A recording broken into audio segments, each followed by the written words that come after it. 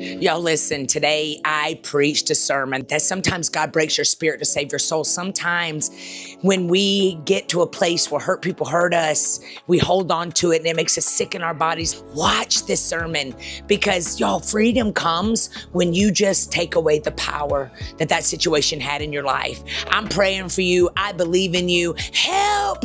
I want to forgive, but I don't know how. Help! They ripped my heart out, but I know that I got to let it go. Listen to me. This is your week of freedom. When you learn how to forgive, when you learn how to literally say, God, I'm giving it to you, and I'm going to use these scars, and you're going to turn them to stars. You're going to use my pain and make it a pulpit. But today I'm going to do my part. And every day I'm going to realize that forgiveness is a decision. It's a choice, not an emotion. I love you so much, and greater is on the other side of forgiveness. How many walked here today feeling really blessed? Y'all know how many people don't have power? How many of y'all don't have power, but you came to church anyway? Yay! Hey! Y'all came to church anyway. We got so many people that were sending me messages saying, Pastor, I'm not gonna be at church today. We ain't got no power. Now, I'm laying in my bed at about 2 o'clock in the morning. I thought Jesus was coming back. I was about 2:15, and all I hear is, because I live in a place on the 15th floor and it's all glass. And so all of a sudden I start hearing, and I lean over and look at my husband because, he's Hulk. Like if that building starts to fall, he can hold it up. I just know it. And so I look over at him and he wasn't moved. So I went back to sleep too. I like, if my Hulk ain't moving, I ain't moving. I did get up underneath him a little bit. Like if this place is gonna fall, it's gonna fall on you first. But I'm gonna be up underneath you, baby, that's for sure. Yeah, hey, listen, that man can hold me up, Katie. Okay, so y'all, we're gonna talk. I'm gonna title today, say, help me. Help me. Do it in like that. I've fallen and I can't get up. Remember that? That was the dumbest videos, commercials, wasn't it? And it was always, and they were always white too. So maybe today's about black and white. All these little white people were falling in the shower and they were, help, I can't get up. And they were just laying there. So in this, we ain't playing weak. So today I need you to be like, help me. Help me. Forgive. Forgive. Say, help me. Help me. Forgive. Forgive. Okay, now here's my first question I want to ask you guys, and online I want you to drop in the comments. So do you think it's easy, because we've been talking about relationships, it takes two. What is the biggest culprit of messing relationships up? Your mouth. Brett, I bet you ain't never had nothing. I bet you ain't never had a mouth on you. Brett, like, girl, look, I'm still single. I'm waiting on my magic on. But that mouth. What's another thing that keeps you single? Huh? Not being a what? A team. Not being one. Unforgiveness. Not being, lack of accountability. That's what I love about you. Somebody get on you and you just still show up. You know what? Let's just give you your roses right here. Accountability. It's so hard for us to take accountability. And a lot of times when someone is in our lives and they, especially I was married a couple of times. Tell me, Pastor. You are pastor in the making over there. You're about to get me. I feel it. Dependability. You can't depend on each other. You can't take accountability. You ain't dependable. Not like you preach on me. I want you here on every service, both services, every Sunday. You ain't dependable. You get mad at each other. You don't talk. How many powders do we got up in here? Come on. Y'all lying dogs. Y'all lying. How many powders? How many go quiet when, come on. That's a sneak attack. Sneak a stack straight to hell on a slip and slide. The quickest way to get your marriage and your relationships. Ain't nobody coming to save you, because why? You go quiet. You know what? I used to go quiet. I used to go quiet and I would just not say a word. Walk around thinking I was being peaceful. A little heavy on the foot.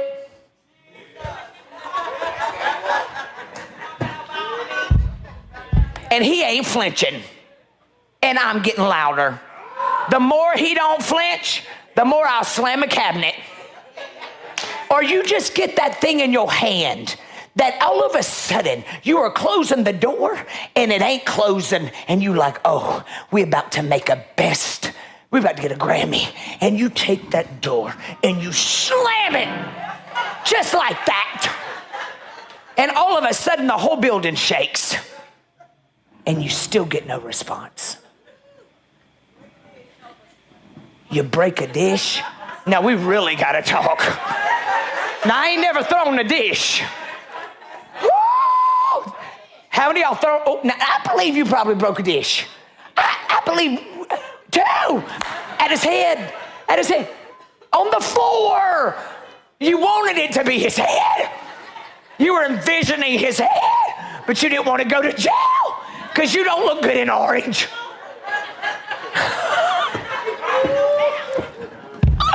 So I got the dish, and I'm just going to throw it and just hit it on the ground to scare you, to let you know your head's next. Toxic. I believe, Teddy, that every one of us got a little bit of toxic. I believe that every single one of us got a little bit of ratchet. You got that righteous. But there are certain people that can push a button.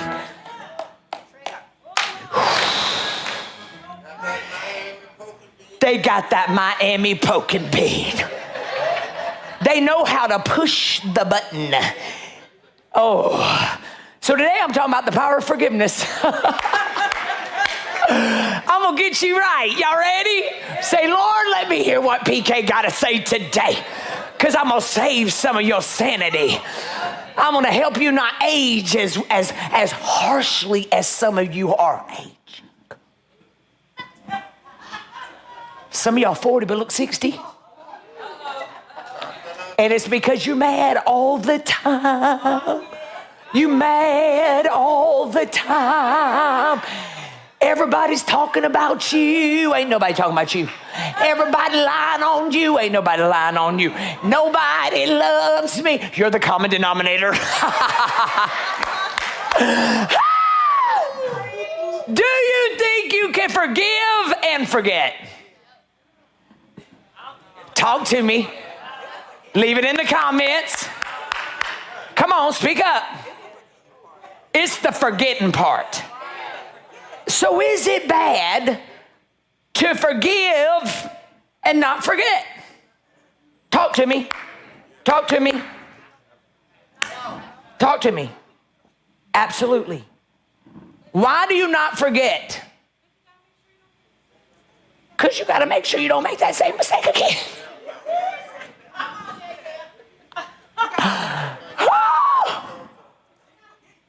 Here's what I feel. Forgiveness is not wanting anything to happen to the other person. Forgiveness is even being able to, in a covenant marriage, you get the opportunity to fight holding hands.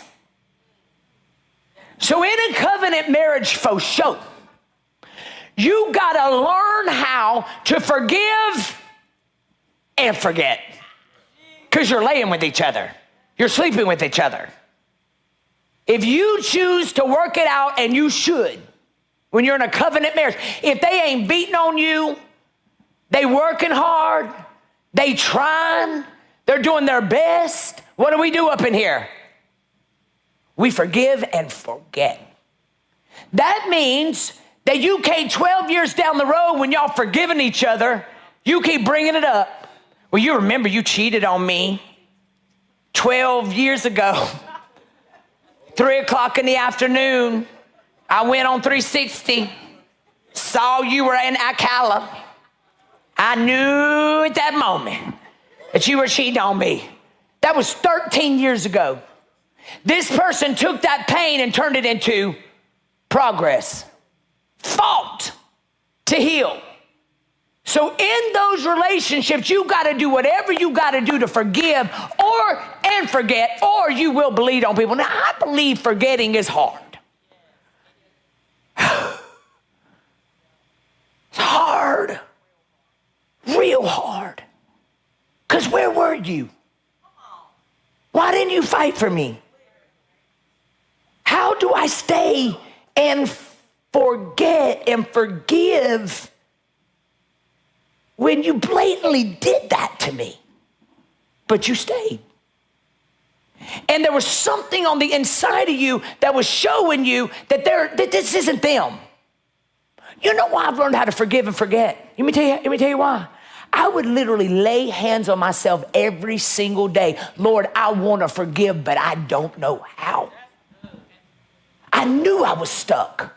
Yo, I went through seasons in my life where I literally got a headache. Like this side of my head would get a sharp pain, and then this side of my body would go numb, and I'd be laying in the floor. Went and got MRIs, got CAT scans. I mean, all kinds. I mean, it was the worst 5 months of my life. It paralyzed me. My house smelled like a funeral home because my friends didn't know where I went. I was alive but dead. They couldn't find anything wrong with me. I knew I was having an aneurysm. I knew there was something wrong with me and they couldn't find it. It was the scariest 4 months of my life. Acupuncture, I did everything. Bell's palsy, I got Bell palsy. I was like, I shot my mouth. It was like 4 months. I would walk around like this. Because even when you have Bell palsy, your eyes don't even blink. It's like this side of your whole face is just wide awake. But you can walk on this side. How you gonna tell me there ain't nothing wrong with me? I've gone to get checkups. I'm sick. My whole life has stopped. My children need me, but there ain't nothing wrong with me. And I remember laying in my bed one night, and I had backslidden. I hadn't been to church in years because I thought Christians were hypocrites. Oh, but when things start happening, you start realizing that church ain't about people.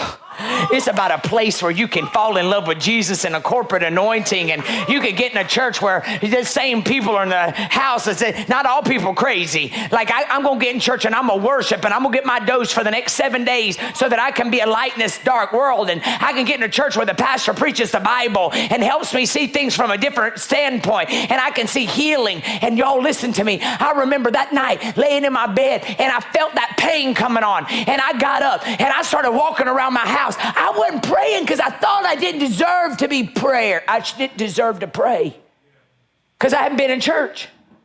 I was raised, Jesus is like all them Christians. So I didn't even pray for myself until one night I got desperate.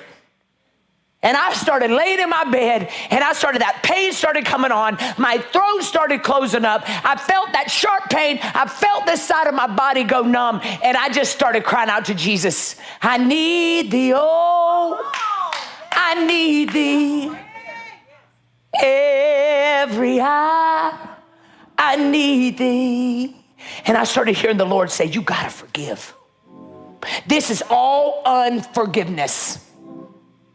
I got up out of that bed and I started walking around that room. I mean, screaming at the top of my lungs. It was like I was back in the old church, just me and God. And I started praying and I started laying hands on myself and I started saying, God, I don't want to carry whatever I've been carrying. I don't even know what I'm carrying. I don't even know why I'm mad. I don't even know why this keeps happening to me, but I want to forgive. And before I knew it, it wasn't coming on. For the first time, I talked myself right into a healing. But then I got scared. I was like, I gotta sit and do this.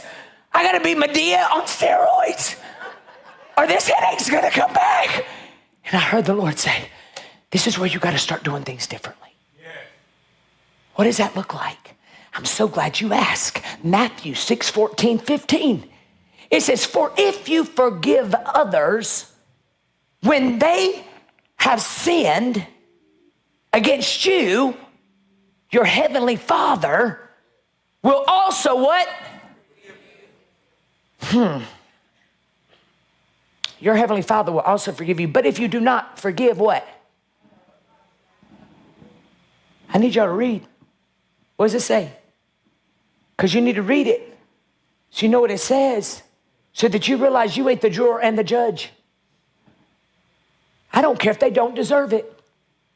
in order for God to bless you with greater, you got to let go of latter. You got to let go of before. You got to let go of them saying it over and over. Every single time you see them, you can see yourself, still stalking them on socials. Angry. Your mama loved your sister but didn't love you, and you mad. Your daddy wanted a boy, so he never treated you anyway because you were a girl. Whatever it is, you got to make a decision. Forgive, for if you forgive other people when they sin against you, your heavenly Father will also forgive you. But if you do not forgive others their sins, your Father will not forgive. That seems so unfair, doesn't it? Why would he ask us to do that? Because he knows that we live in this world, especially now with social media. You see everything. That person that's got a chokehold on you shows up in your For You page every day. I don't know why Facebook will tell me every day, you might like to know these people. Oh, no, I wouldn't. If I wanted to know them, I would have already followed them. But it's like the enemy just comes to steal, kill, and destroy. You know what I'm saying? Yo, it's like Siri. I'll be talking about a black and white pair of pants and a black and white coat. I'll go on my social media pages, there'll be all black and white suits. I know.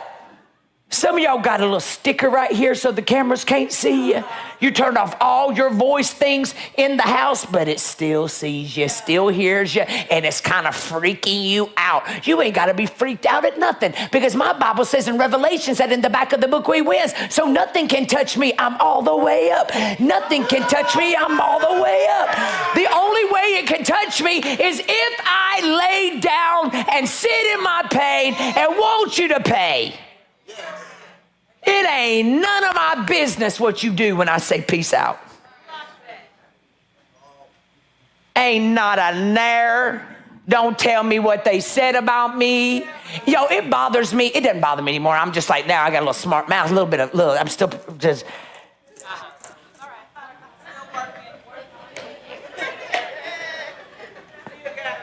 Just a little bit. People be like, girl, you should hear what they said about you. I said, good, go hear it again. They told you, not me. And I mean that with everything inside of me. You know how long it's taken me to get to a place where I don't care. IDC. That means I don't care. I don't care. Why? Because you don't pay my bills. I don't care because you ain't give me in heaven. I don't care if you believe it, then you ain't supposed to be in my life anyway. Don't make me wrap up in here. Listen to what Ephesians 4:32 says. Y'all ready for this? It says, be kind and compassionate to one another, forgiving each other, just as Christ God forgave you. He'll do it today.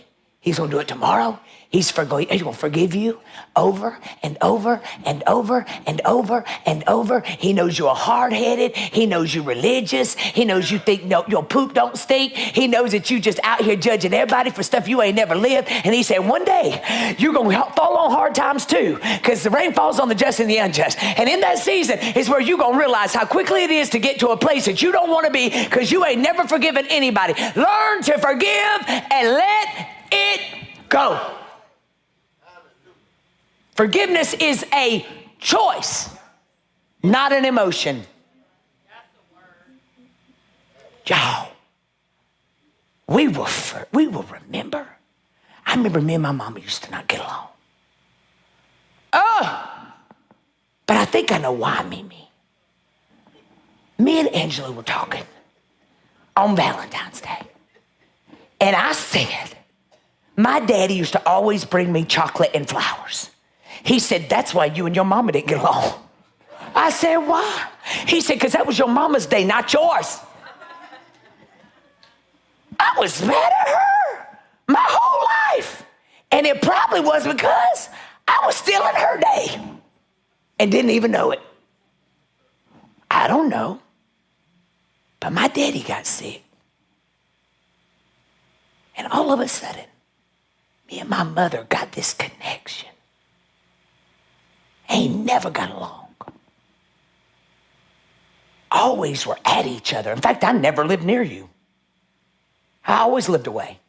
Moved out at 18. That's why I kept getting married, because I didn't want to go back to her house. Facts. 3 times. But the beautiful thing about God, He knows your name. I look back at my life. This is why I'm a good forgiver. I ain't stupid, but I'm a good forgiver. Because I know that if God could change me,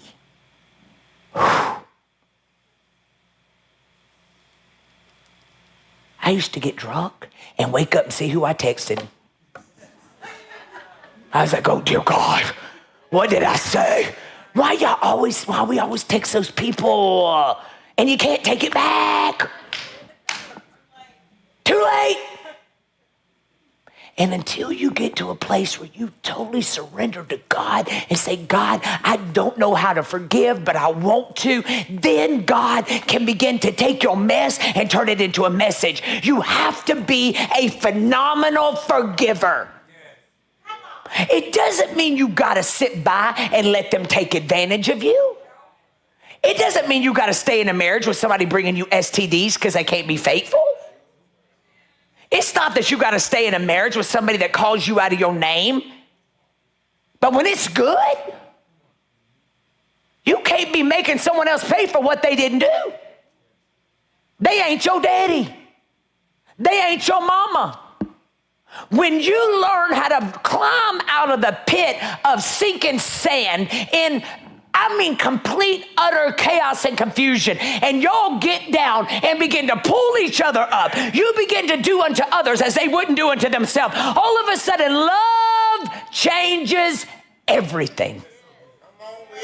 Love fixes people. Now, there's sometimes you can't love people the right way. Sometimes you are the problem. Because your love is not healthy love, it's toxic love. You enabling some. You need to let them hit rock bottom. Will you come get me out of jail? Nope. Hope you look good in the orange. Hope. Maybe it'll be black and white pinstripe. But I'm not bailing you out today. I'm on, not this time. My love for you. I forgive you. But because I forgive you don't mean your behavior's changed. So I'm going to need you to walk down that walk of hitting rock bottom to find out who the rock is at the bottom, which is Jesus. But when you come out, when you get it together, I will never bring it up again. Why? Because Jesus ain't bringing your crap up. Whew. I never bring stuff up. I've watched my mother forgive. One of the most forgiving people I've ever met in my life is my mother. And I've watched my mother forgive and never bring it up again. And my mother is 70. Come here, Mimi. Come here, girl. I need people to see you. This woman is 77 years young. But this is what it looks like when you forgive well. Give me that mic 1 second. I remember Mimi telling me one time, because I just couldn't understand how you forgave the way you did. And you said you learned how to be a good forgiver.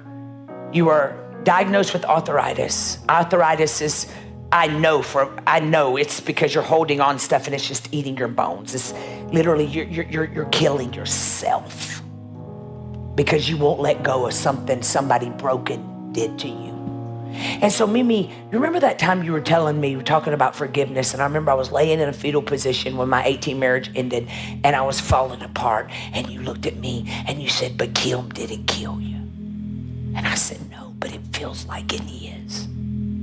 And you said, let me walk you down a journey, Kim, of what saved me. It made everything make sense to me of how you were able to forgive my father. How you were able to forgive people in your life that I watched rip your heart out. What was it? I think it started with betrayal in my 26th year of marriage. And during that time, I thought, you know what, it's over. Kick this out and let life go on. And then it was so amazing because my sweet husband, who had failed, wouldn't leave. I can remember one night packing my bag to go, and he is got my legs holding me. He is on the floor, grabbed my legs. He said, hold on, you can't go. I'm going to pack my bag and go with you. And so during that time, it was a journey of 3 years of us trying to figure life out.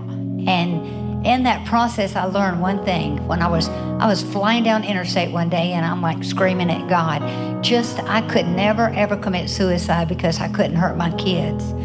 But God, let somebody cross the medium and kill me. Let somebody hit me today because I want out of here. And the Lord let me know it wasn't my time, and you're going to get over this, and there is life after. And it was a process, step by step by step. Every time it would come up, every time I would see that other person who is still in my life today, I would have to forgive again. I just learned that forgiveness is a choice, but then that was before I went through the process of realizing that I was carrying so much, and that was with a diagnosis of rheumatoid arthritis. And when I got the diagnosis, my mind went right back to my mother, who was stricken with rheumatoid arthritis when I was 5 years old. I still remember it. I remember what it looked like when they brought her home from the hospital in an ambulance. And she laid in the bed for months and months, could not do anything for herself. And I had family moved in with us to take care of my brother and I. And I watched God one Sunday night. My grandfather comes in about 5 o'clock, and he brings a prayer cloth, and he said, I have written to Oral Roberts. You probably don't even know who Oral Roberts is now. But at that time, he was he was a faith healer, a miracle worker. And so he said, I have the prayer cloth. And he said, Mary, I'm laying this on you today, and you're going to be healed. And she said, yes, sir. And I am 5 years old, and I watched my mother get that prayer cloth laid on her, and my mother come up out of that bed, jumping on the bed, which we couldn't do that. Jumping up on the bed and then jumping off the bed and running through the house, and she never had arthritis again. Come on, forgiveness. And then, yes.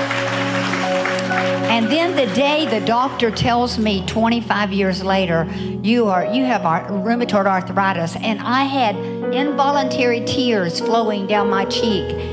And I said, you're scaring me, because immediately my mind went back to what it was like with my mom and the crippled hands or whatever until she was healed. And that day, that woman looked at me. That doctor did me the greatest. She could never have said anything that did any more for me, but she said, get over it. You got to live with it. When she said that to me, she intimidated me. She agitated me to that point where when I walked out of there, I said, God, I will never be back in this office. So you tell me what to do, and I will work with you. And that's been my slogan all these years. I was healed. I went to a holistic doctor who put me on herbs and vitamins, and I learned to change my lifestyle and eat right, and look at me today. Come on. I have no pain in my body. No pain. Because of what God did, but it was all because I got a hold of a book, and that book was Feelings Buried Alive. Never Die. Never Die.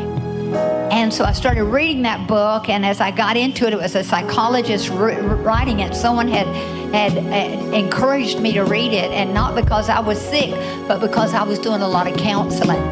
And so she said, Pastor, I think you need to read this book because it's going to help you see what others are going through. It was for me. It was totally for me, honey.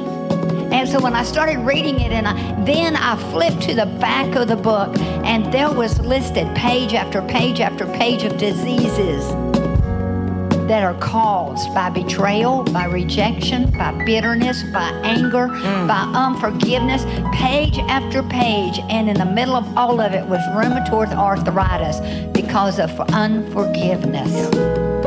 And man, I knew then what I had to do because I had my mom and dad live with me for 15 years. But my mother was still living with me. My daddy passed on. And man, it was something else taking care of this woman who pushed every button I had every day. And that night, God spoke to me and said, go in your mom's room and begin to ask her to forgive you for all you carry. And I went in there. My mother didn't understand a thing I was doing because she was 80 at that time. But I sat down at my mother's feet and I said, I want you to forgive me for feeling like you abandoned me because you were sick my whole life. Forgive me for feeling like you betrayed me. And forgive me because I always felt bad about the way you treated my daddy. My mother was sobbing. She was like, I don't understand what you're doing. Look at you. You have always taken care of us. I said, it's not about me being good. It's about me letting go of stuff. And I promise you, not only did my mother live 10 more years, because she got rid of stuff that night, but oh my God, it changed my life. Because I just let go of stuff. I let go of unforgiveness. I let go of betrayal and rejection. I let go of anything and everything that was making me sick. Oh man, that's so good, Mimi. Thank you. So here's my question today. Who do you need to forgive? Yourself? Your mom, your dad, your old pastor, me, therapist, your brother, your dad, your ex, your grown kids, because it's not worth it. Listen to why we forgive. And here's the steps. You ready? You got to understand what forgiveness is. Forgiveness is a choice. It's not about forgetting or excusing the offense, but choosing to let go of anger, resentment, and the desire for revenge. Woo! Number 2, acknowledge your feelings. Sucks. It hurts. I didn't feel important enough for you to change. I didn't feel heard. Validate your emotions. It's okay to feel hurt, angry. Acknowledge what you're feeling and give yourself permission to grieve the pain. Nobody tells you the amount of grief in healing, but it's beautiful. That other person hurt you, but now you gotta let it go, because hurt people, but heal people, heal people. Number 3, reflect on the power of forgiveness. Recognize the cost of unforgiveness. Unforgiveness can cause you to hold on to negative emotions that affect your health, happiness, relationships. It often keeps you stuck in the past. Forgiveness brings freedom. You release yourself from the grip of bitterness. Number 4, choose to forgive. Choose, make a decision. Nobody can take your power unless you give it away. You do not have to RSVP to every argument you're invited to. You can cancel your subscription to other people's issues anytime you want to. Let go of the right to get even.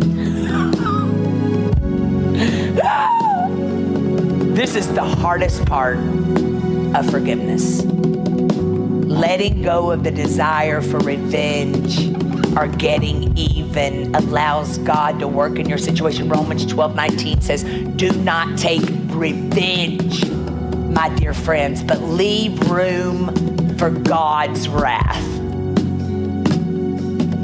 Well, I don't feel like he ever does anything. They still living behind the gates at Country Club South, using my money they stole. You listen to me. God gonna get them. God don't play about you. But true healing makes you not give a rip. True healing, you don't care. You don't even remember them. You've broken the soul tie between you and them. And you go live. You know what true forgiveness is? It's allowing God to elevate you and give you better memories and better blessings that suppresses all the other stuff. Breaks up with it. Here's the last one. Learn to communicate when appropriate. Sometimes you don't go back to that person. It's toxic. You express your feelings that the relationship is worth preserving and the timing is right. You have a conversation with the person who hurt you. Share how their actions impacted you and say things like I, not we, not you. Say, I felt hurt when. I felt unseen. I felt like I didn't matter, and apologize when needed.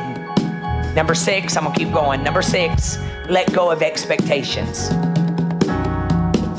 Let go of expectations. Let go of the need for an apology. Sometimes the other person may never even acknowledge the wrongdoing. All right, here's number 7. Set healthy boundaries if necessary. Kiss my boundaries in the kindest way. I'm taking my peace back. I'm taking my joy back. Forgiveness doesn't always mean reconciliation. In some cases, particularly when there's been repeated hurt or abuse, forgiveness might not lead to a restored relationship. Number 8, move toward healing and restoration in yourself. Give time to heal. And then let God turn your mess into a message. Here's the next one. Trust God's justice. Leave the situation in God's hands. Romans 8:21 says, do not be overcome by evil, but overcome evil with good. This verse reminds us that forgiving doesn't mean we let evil win. It means we respond to evil with God's goodness. And the last one, y'all ready for this? Celebrate your freedom. Celebrate your freedom. Y'all, there is nothing in this world gonna fix a relationship or your relationship with yourself like learning how to let it go. Let it go. As I stand up on my feet, I'm taking back control of my sanity, of my emotions. I'm giving it to God, right? How many of you in this room say, Pastor Kim, I need to let some stuff go today? How many? Come on, how many? Come on. Y'all, about every Sunday, I need something I'm preaching, okay? Say, I need to let some stuff go. Lift up your hand, lift up your hand. Now, here's what I want you to say with your hands up. Say, Lord, it hurt. And I felt like you forgot me. But today I realize sometimes you break our spirit to save our soul. I realize that I would have wasted my whole life stuck on Sealy, but instead you gave me freedom. Freedom in areas where I learned to grow, where I learned to fight for things I needed to fight for. I needed to fight for that relationship. I needed to cut out the noise of everybody telling me what to do. And I needed to get on my knees. So Lord, today is my new day. I'm walking in peace, in joy. Come here, my baby doll. In understanding, in wisdom.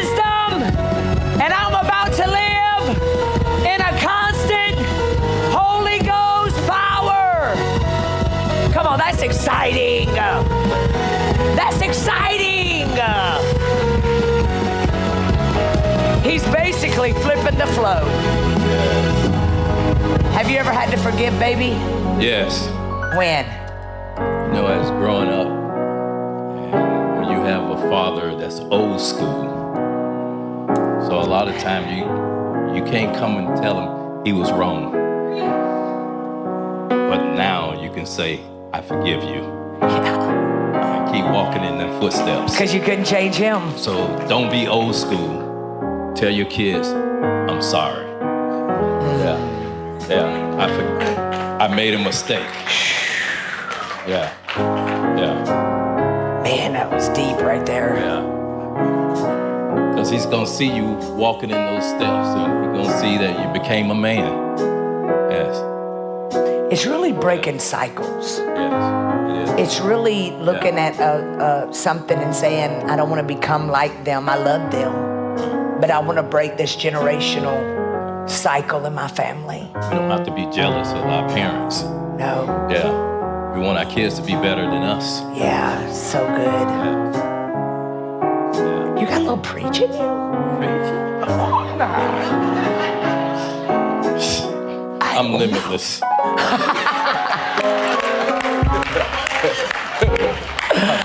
I love you, baby. Y'all, did y'all get anything out of today? How many feel like you let some stuff go today? And you know what? Listen to me. The good thing about Limitless is a lot of times you're not always broken. Like there's seasons in my life where I'm in a season right now. Like the last year, I feel I'm all the way up. But I spent a lot of my years working on me to get to this point. So a lot of times my sermon's gonna prick something that you didn't even know needed to let go of, and you're gonna be on Tuesday getting hit with it like, oh my God, that's something I need to let go of. That's what church and pastoring and a community is all about. Letting you know that you ain't broken. Just because you had a mess up don't mean you gotta stay down but get back up again, right? We are a church that loves people. We see you, not your mistake. Amen.